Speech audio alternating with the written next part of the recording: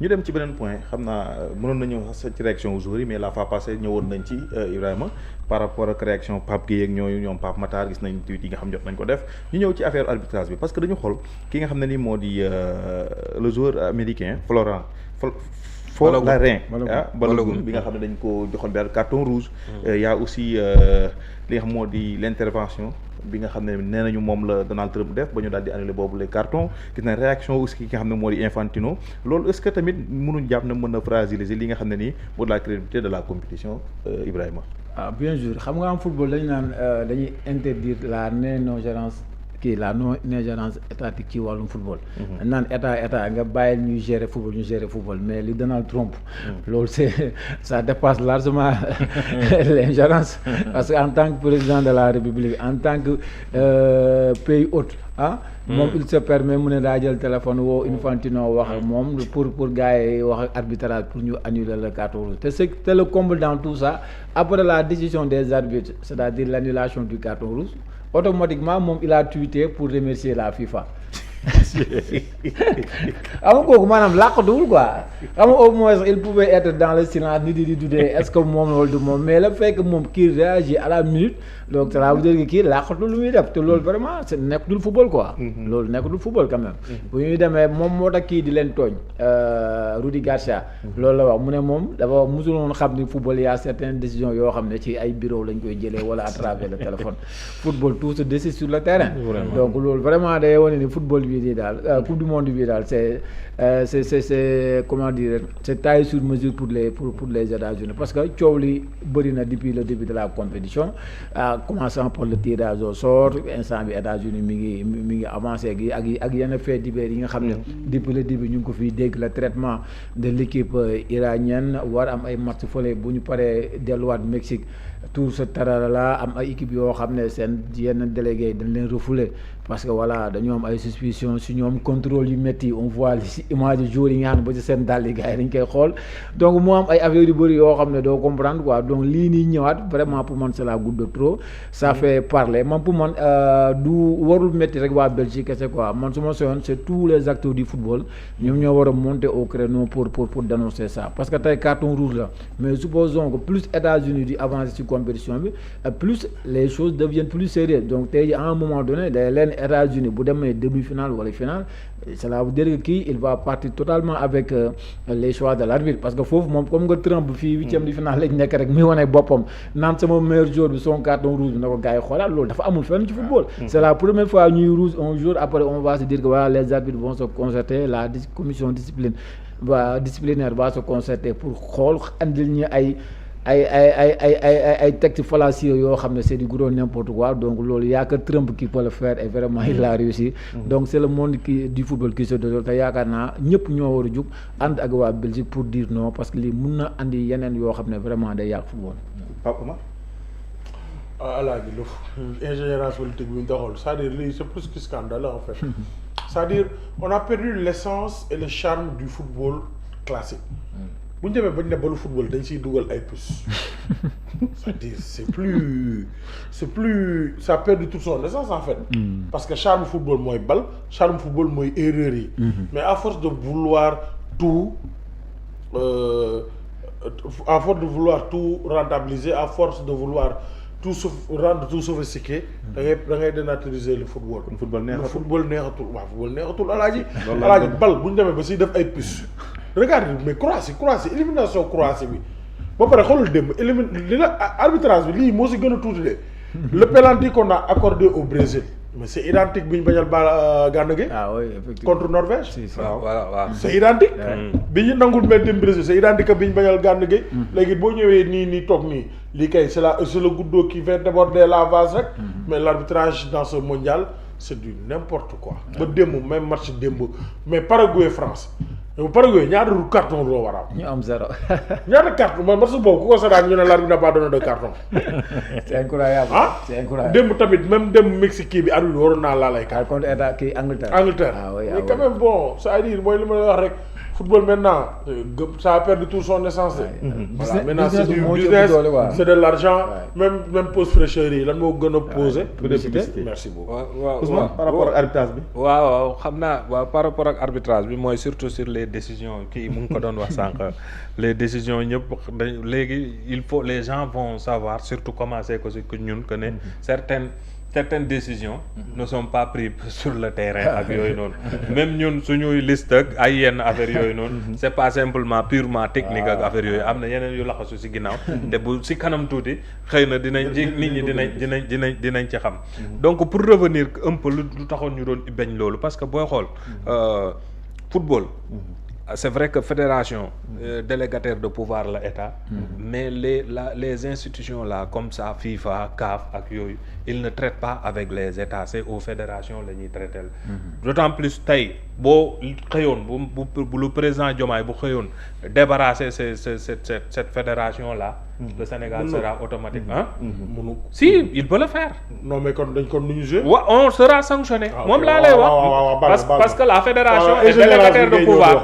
ingérence boobu lay FIFA di bañ mais délégataire de pouvoir la parce que tey booy xool c'est l'état qui prime yi ñuy wax c'est l'état qui paye prime vol spécial c'est l'état nu mu tuddati hébergement ak yooyu noonu yëpp c'est l'état mais état warul jël yenn décisions yi concernant les trucs sportifs moo tax bu gomee woon tey la fédération le lendemain la FIFA va suspendre le Sénégal maintenant ñoom carton rouge am na au lieu que la fédération américaine nekk ci affaire bi pour ñu xool quelle suite il faut donner c'est le président de la République qui appelle le nu mu tuddati Infantino pour que le truc soit kii moo lay won ne depuis quelque temps c'est vrai que des fois nit ñi dañuy jëlee fii benn nit indi keneen mais après on regrette le départ de certains trucs am na ce qui se passe à la CAN ak yooyu du temps de Hayatou ñu wax nañ ko fi lu nekk mais on n'osait pas le faire Hayatou a toujours refusé mais maintenant on voit ce qui se passe même Infantino là avec le Maroc qu'est-ce qui se passe lu gars yi Maroc wax yow tu vois veille match un président FIFA di dem di seeti beneen moi c'est ça que beneen pays waaw beneen sélection tu t'imagines loolu foog nga ne c'est normal parce que derrière y a le Maroc qui finance mooy def lépp parce que ñu ngi nangoo génnee xaalis donc il faudra am nuñ ko nangul ak yooyu mu commencer di la manipuler les États-Unis léegi football business c'est que le gars là il commence à vraiment yàq football gis nga les États-Unis avant dara di xew qu'est-ce qu'on a lu ñu njëkk a def mooy les kii le championnat d'Europe non le championnat coupe du monde des clubs on a commencé par ça xoolal loolu ñëpp a ko kii parce que problème xaalis laak yu demee noonu affaire de business lañ def affaire bi léegi def ci aspect business ba xoolal combien ça va coûter de les joueurs là ñaata blessure ngay gis parce que les joueurs là mënatuñu li ma la doon wax sànq sur le calendrier des joueurs coupe du monde des clubs ligue des champions coupe d'Europe ligue des nations coupe du monde mais tu t'imagines te loolu noonu yëpp le gars tu le vois avec le président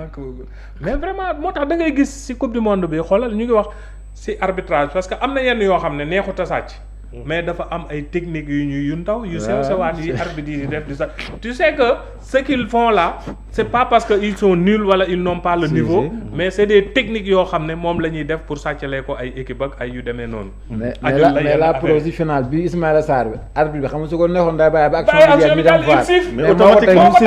pour éliminer la VAR xam na ne la VAR wax na ne bu action amee tu laisses voilà technique la pour sàcc saa yu ndawaan yooyu la ñuy def parce que boo xasee ba siffler la action day arrêté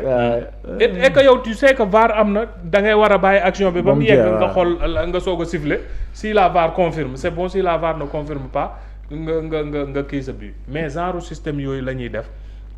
man je ne suis pas contre la technologie parce que lu tax ñu indi ko fi c'était pour régler beaucoup d'injustices yu fi amoon ak yooyu noonu donc maintenant nag il faut savoir utiliser de manière à bon escient c'est cette technologie là mais aussi xam nga bañ a tamit vraiment bañ a glisser wu dans cette histoire d'ingérence là dans cette histoire de businessman là ba nga xam ne fi mu toll nii ça commence à gâter li nga xam ne mooy les images de cette coupe du monde maintenant on va attendre lan la ñuy gis parce que démb booy xool match Angleterre boobu tu sentais que l'arbitre là est-ce qu'il voulait que l'Angleterre se qualifie. Ah mais pays pour organisateur dem voilà non tu le sentais la France contre nu mu tuddati Paraguay tu sens que ne les gens bëgguñu woon France pour mu France mu qualifier même bu nekkee sénégalais yu bëri comme ça dóor nañ ñu France dañ koy xaw a contre mais tu sentais ça parce que xam nañ ne ñaari équipes yooyu noonu boobu moytu dañuy bloquer les équipes organisateurs là te bëgguñ les pays organisateurs toog léegi nan lañ koy defee c'est à travers des magouilles ak des systèmes yoo xam ne dina permettre def ay sàcc yu déguisé yooyu noonu ba yegg si mais malheureusement en football parfois di nga mën a oto di nga sàcc ba sonn mais parfois du la jëriñ dara gis nga ce qui s'est passé au Maroc le Sénégal ak Maroc ci final mu ngi noonu arbitrage sous pression que donc Ousmane Youssouf Sané loolu la man Dicko nu mu ko waxee nii déjà moi situation bi ça me rappelle un peu la Coupe d'Afrique des Nations la dernière Coupe d'Afrique des Nations parce que gis nañ ni Infantino il était là quand les gens décriaient à chaque match je dis même pas à la finale mais à chaque match. am na benn match Maroc. mooy bi Maroc Cameroun. waaw ba Eto'o di déconner ci Maroc Nigeria. c'est ça quand il déconnait. l'histoire des serviettes. voilà c'est ça là-bas, en fait c'est ça Infantino il était là il a vu tout ça mais ça continuait on voyait les choses continuer ba finalement ça a éclaté complètement en finale de Coupe d'Afrique je pense que c'est ça Infantino je pense que finalement après dinañ dem ba à un certain moment où la personne même l'image même de Infantino risque de donner déjà un mauvais préjugé sur le football je pense que fa la ñuy dem quoi mais mu nga fa sax en Afrique ñoo ko doon wax léegi law na ba Europe c'est ça c'est xam nga ñoo ko doon wax à la carte maintenant c'est les pays européens qui le disent c'est ça maintenant mu ngi nii je pense que peut-être que c'était pas le bon geste à faire mais je pense que les gens vont un peu comprendre la réaction sénégalaise lors de la finale de la CAN. Parce que, bon, à chacun sa manière de gérer ses émotions. Je pense que, voilà, ce qui s'est passé lors de la finale de la CAN, c'est la résultante de ce genre de situation-là. Aujourd'hui, même l'UEFA a fait un communiqué pour dénoncer ça. Ah oui. Voilà, l'équipe de la Belgique a dénoncé ça. Tout le monde dénonce ça. Parce que la main d'un président de la République ne peut pas entrer comme ça dans les procédures et changer les procédures. C'est pas possible. Sous d'autres personnes ou bien d'autres responsables de la FIFA, peut-être c'est lii du am, mais aujourd'hui, malheureusement, avec Infantino, je pense que les gens l'ont dit et redit. C'est quelqu'un qui aime beaucoup les puissants de ce monde-là. Il aime s'acoquiner avec ces gens-là. Finalement, ça donne ça. Malheureusement, voilà. Il faut faire attention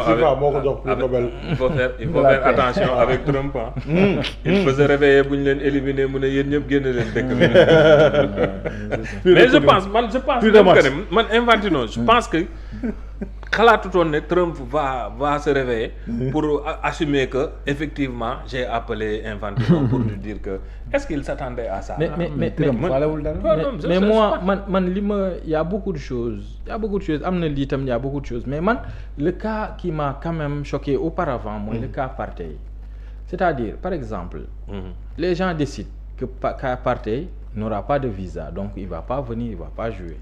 Mais imagine par exemple au Sénégal, le Sénégal organisait une Coupe d'Afrique, qu'on est dans notre poule le Maroc, on se dit que Saïbari n'aura pas de visa pour entrer au Sénégal ou bien telle personne n'aura pas de visa. Voilà Hakimi. Déjà on torpille complètement les règles quoi. Voilà Hakimi parce que lu ñuy tooñ apartheid boobu Hakimi est dans ce même situation. Maintenant ça peut faire jurisprudence. C'est ça qui est dangereux, c'est-à-dire demain un autre pays européen pourra organiser la Coupe d'Europe ou bien la Coupe du Monde et décider que tel joueur parce que